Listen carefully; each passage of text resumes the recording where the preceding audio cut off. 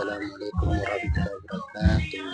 Apa ya cerita waktu Eid Mubarak warra barana warra bara hedduu isin jechaadha.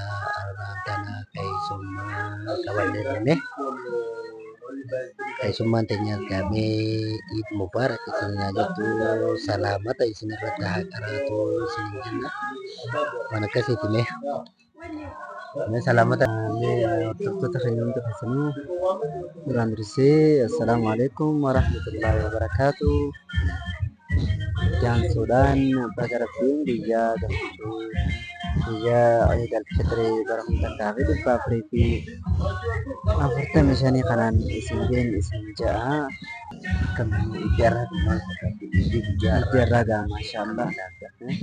ijarah tanah akan melalui Ijarraa maashaallah nagaan deemee salaannee gallee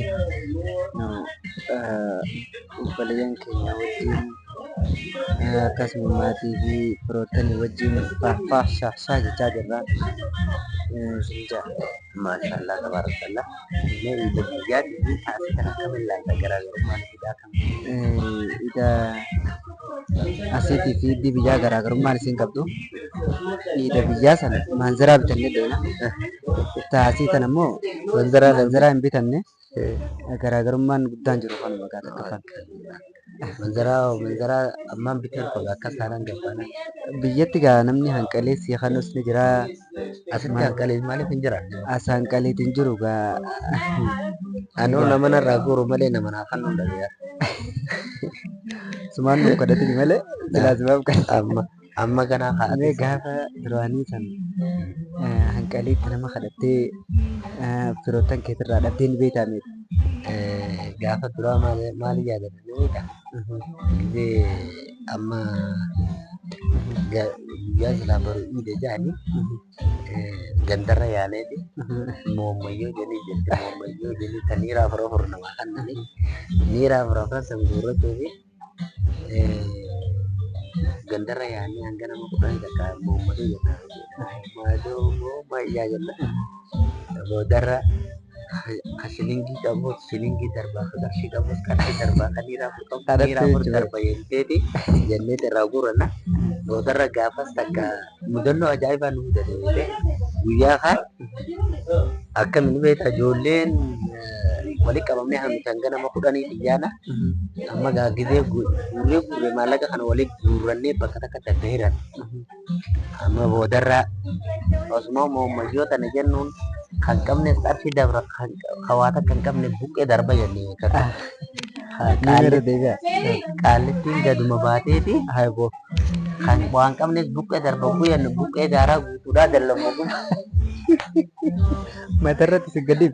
mata bara nu galate buqqee maja uummanni daaraa tutturaaf uummanni ijoolleen horiisa kaanee waan silaa halkan guutuu guurrachaa bulle dachii waliin laayinee kaanee dhablee kan mudannoo ajaa'ibaatiin qabaata gaafa sanii wallahi waan akkasiisantu jira mudannoo gaafa ijoollummaa keessaa sanii yaadadha ta'e hanga ilaa ammaan irraanfatu mudannoo ta'a Waan irraanfatamaatiif. waan irraanfatamaatiin Akkasii buqqee kuuftanii achi galtan.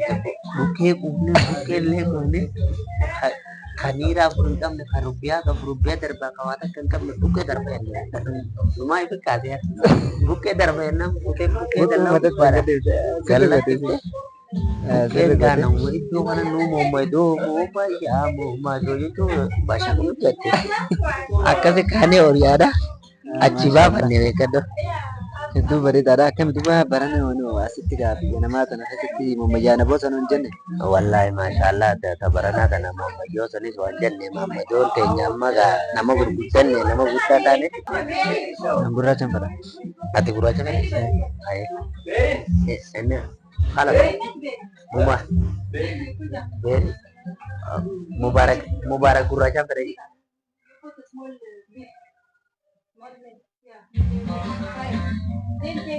Akkasitti Rakkoo teeknikaatiif xiqqoo hawaasa irraa deebi'ee dhiifama gaa hordoftoota kiyyaa kabajamtoota kiyyaa jidduudhaan namni akkasi kaanee kunneen sanii fi inshaallah yaadannoo teenya waan akkasitti ammallee deebi'ee jenna.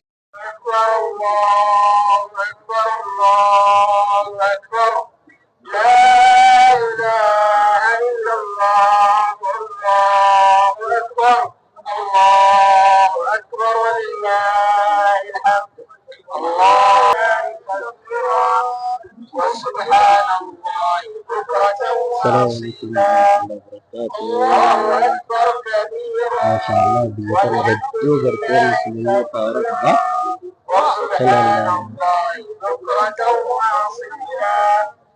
الله أكبر كبيرا والحمد لله رب العالمين.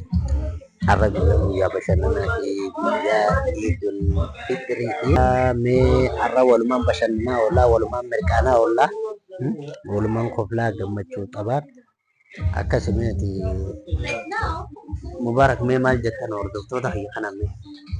Egaa hordoftoota keenyaa isaanii keessanitti gammachuu harkadhaan ijaa akkasuma logoota jinyaatiin bunaaf nagaan dhabina jecha wanni isin jiru kan Insyaallah akkanuma egaa waan takka takkaas koflaa gammachuu mudannoo waan gaafa ijoollummaa mee akkanumatti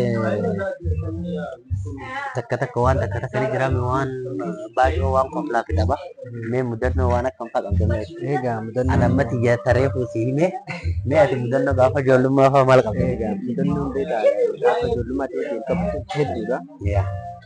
Irra guddaa mudannummaan dabala. Keessaa garuu tanin hin irraanfanne adeera yookaan obboleessa abbaadhaa hedduu qabu.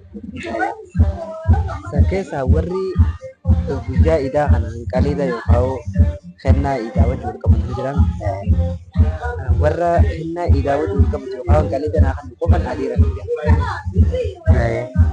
warra kan Adeermattuun beektu. adeermattuun beeku.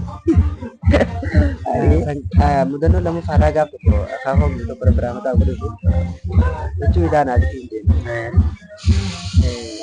Gaafa kan gaafa beeku yeroo jennu maallaqa addaan baafachuun nuuf baatanii beekan ta'e. Qarshii kudhan akkanneeti jechuun adiitiin deemu. Qarshii kudhan akkanneeti eenyu kophee irraa bitadhu huccuu irraa bitadhu deebisaa irraa naaf deemu. Arsuma kurna sangaa. Kurnan mata lagi. Ayya. Rabbi rahmataa godha fi fuula rabbi deemee jira. Idaa wajji wal qabatee egaa wantoota kana fa'aadha. Kan sadaffaa ammas waliin hin daganne keessaa uffata gisee idaaf jechuudha. Halkan kun sirriituu takka afaan jiran yoomma bari'aa waan ta'an sanii fi ammas huccuu idaa sana dadachaafattee garaa jala kaatee bulbala. Kayyattee qabulta.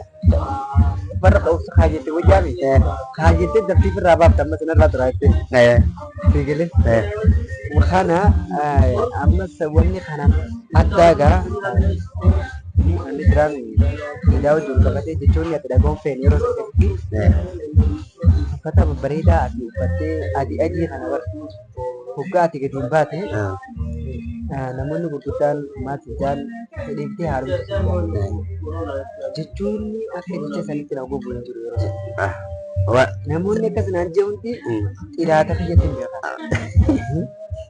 Gizee si dura haaromtu siin jedha. Gizee dura haaromtu waan bira waan bira jechuudha. Waan birooti ammoo isaan du'aa godhan malee waan biraa. Isaan du'aa godhan. Akkasii gaafa egaa mudannoo waan akkana kanaa kanarraa qabaa kun mubarak gisee. Wallahi gaarra guyyaan guyyaa bashannanaa fi guyyaa Iidul Fitrii bara 1445 farra jirra. Akkasii gaa alhamdulillah baga asiinis nu gahe. Akkasii inshaallah waan barbareedduu qabannee waan ittiin bohaartan waan ittiin bashannannu inshaallah ganaa idillee nurraa baatee jirti. Soomanni illee kutee jira. Waan haarawaa qabannee isinii dhufna. Inshaallah viidiyoo babbareedduu ganaa qabannee walitti deebina. Mee ati hordoftoota kiyya kanaan dhaamsamii maal dhaamtaa fi waa'ee ramadaanaa kanaas waan dabrees akkamitti akka kutee egaa inshaallah warra ganaallee itti deebi'u dhaamsa'uu maal qabdamme? Egaa bareedaadha. Illeen kanarratti yeroo hedduu galatoomii hangaawwanni guddaan inni obboleeyyan kiyyaaf dhaamu chaanaala wantoota nama bashannansiisuu fi akkasuma wantoota nama barsiisu hedduu ni harkattanii harkaatuma jettanii jedha. Saniifuu hordofaa sabskiraayibis godhaa jajjabeessaa jabaa fi ogummaa jabeeffataa jiranii dhaamsi guddaan kanuma itti aansuudhaan ramadaanni akkamitti akka fute ani isin gaafadhu san isiniif bi'a. Egaa abbumaa beekaa Akkasii abbummaa akka itti dabarfatee abbumaa beekaa. Waan hundaaf qofattoo isin hojjettan rabbiin isinirraa deebisuu isin jaa. Akkasuma warra naannee waggaadhaanis akkasumatti waggaa dhufuunis ga'u rabbiin waa taasisuun isin jaa. Akkasumatti dhaamsi sadaffaadha. Rabbiin jiraanni subhaanahu wa ta'ala baatii tana keessa khayrii hedduu nu laaffisee dhaabbata jettaa soomana jettaa waa hundaa'u khayrii hedduu isin laaffisee hojjettanii jettanii deebitanii isaan akka ifirraan balleessan jechuu barbaadaa jechuudha.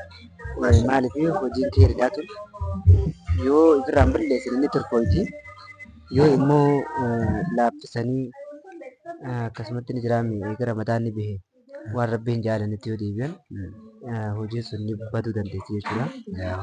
Wantoota hojii namaa balleessan yoo rabbi jee inshaallah fuulduraaf wanni hojii namaa balleessu maalii waan jedhamu ajandaa qabannee bal'inaan inshaallah khayratti haasofnu tahaan isin jaa.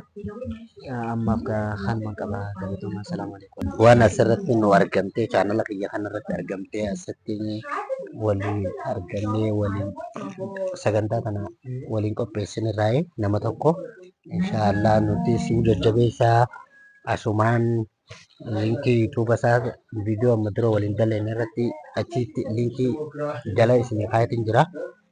Like, share, subscribe godhaadha. Isaafillee subscribe godhaadha. Inshaallah warra amatu kana wajjin soomanu warra amatu kana waliin dura kunoo godhu.